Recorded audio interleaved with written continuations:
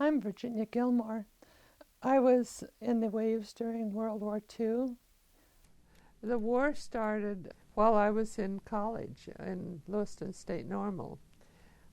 Everybody knew it was a very serious situation over in Europe, but I don't think any of us dreamed that we would have something happen as close as Hawaii.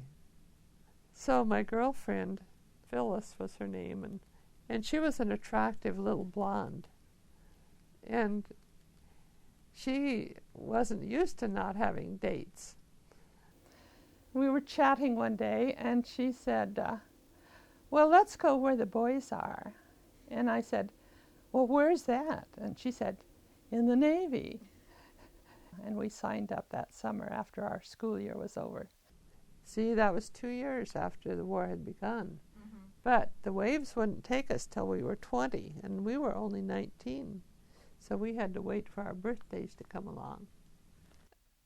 While I was in Walla Walla, waiting to go into to boot camp, my high school friend came home from 2.5 years out in the Pacific.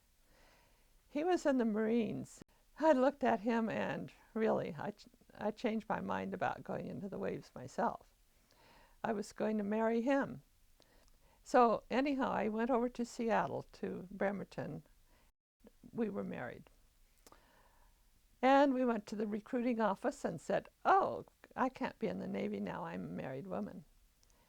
And they said, oh yes, you can. And 8 weeks after we were married, I was at boot camp.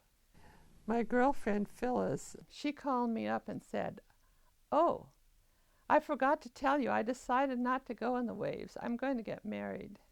And so she did.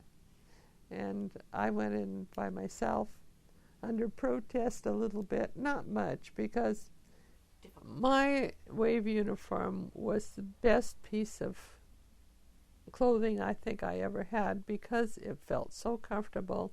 It fit so well. I had never had anything specially tailored to fit. In fact, they encouraged us to really take pride in our uniform, which we did. It had 2 pockets just inside where you could put Kleenex and look better. Kind of fill things out. Yes, most of us were pretty young and needed that. No need for plastic surgery when you had those 2 little inside pockets in your vest.